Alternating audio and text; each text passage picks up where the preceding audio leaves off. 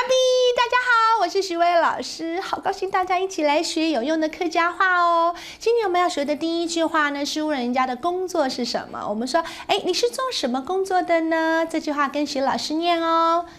黑做马该头路为喏。黑做马该头路为喏。就是你，黑就是是，黑唔黑是不是黑？黑你是。做马该做什么？做就是做，马该还记得吗？就是什么？黑做马该头路也可以说工作，有没有跟着徐老师念呢？嘴巴要接我哟。黑做马该头路为喏，你是做什么工作的呢？你可以回答说，俺黑做马该。好，比方说像徐薇老师是老师咯，我就可以说了，俺黑做欣赏的啦。俺黑做欣赏的啦，欣赏就是老师的意思。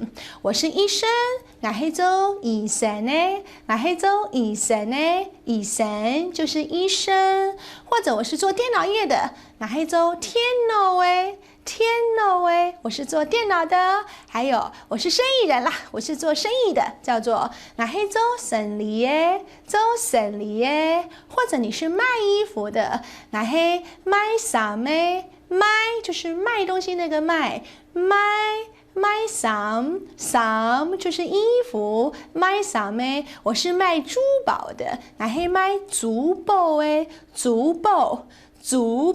有没有跟着我念啊？很好学，对不对？我是开公司的，俺黑开公司开就是开，公司就是公司的意思，会了吗？接下来是迎客喜相逢。今天徐薇老师要介绍是一个非常有趣的客家俗话，叫做注意听哦，阿妈在梦船，很好玩哈。就是阿北，就是鸭子。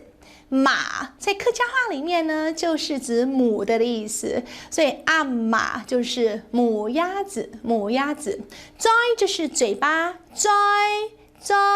嘴巴。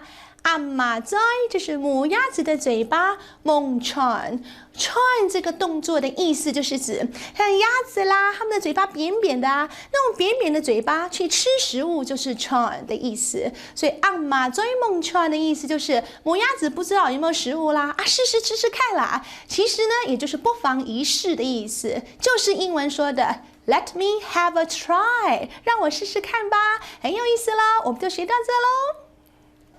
现在我们来复习咯，跟着徐薇老师念哦。第一句话，你是做什么工作的呢？黑做马该头路为喏。好，我是做什么什么的，比方说做老师的，俺黑做欣赏的，俺黑做生意的，俺黑卖衫的，俺黑开公司的。还记得什么？阿妈在梦船。Let me have a try。好，别忘了每天跟徐薇老师学哦，拜拜。